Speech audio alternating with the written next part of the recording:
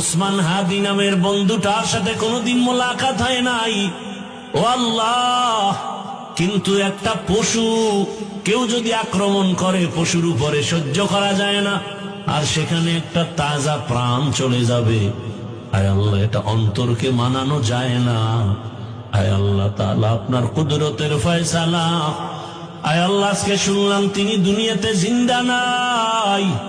আয় আল্লাহ, তাকে শাহাদাতের মর্যাদা দান করেন। এরকম আমার কলিজার যত যুবক, তাদের নিরাপত্তার জন্য আপনি কুদরতের দরজা খুলে দেন রে আল্লাহ। আমার যুবকদেরকে দিনের খাদেম বানায় দেন।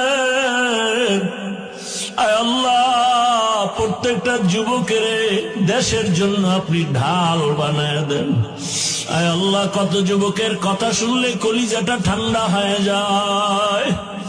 আমরা দিনের কাজ করি, দেশের কাজ করি, জনগণের পেছনে খেদমত করি এক লাইনে, আর আমার যুবক বাবারা কিছু আছে তারা ভিন্ন লাইনেই দেশের জন্য কাজ করেন, জনগণের জন্য কাজ করেন। আয় আল্লাহ, দেশের দরদি, জনগণের দরদি, দ্বীনের দরদি যারা, কুদরতের দ্বারা তাদের হেফাজত করেন আল্লাহ। আপনি ছাড়া আমাদের আপন কেউ নাই, আপনি ছাড়া আমাদের নিরাপত্তা দেওয়ার কেউ নাই। হায় আল্লাহ, ফেরেশতার দ্বারা নিরাপত্তার ব্যবস্থা করে দেন আল্লাহ। আর যেন কানে না শুনি, যুবক নাই, তাজা প্রাণ ঝরে পড়েছে।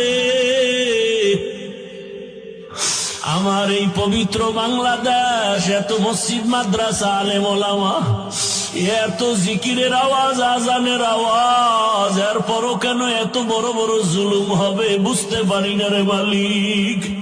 ও আল্লাহ, গুনার কারণে বেজার হইয়েন না, হেদায়াতের নূর দিয়া সিনাটা ভরপুর করে দেন।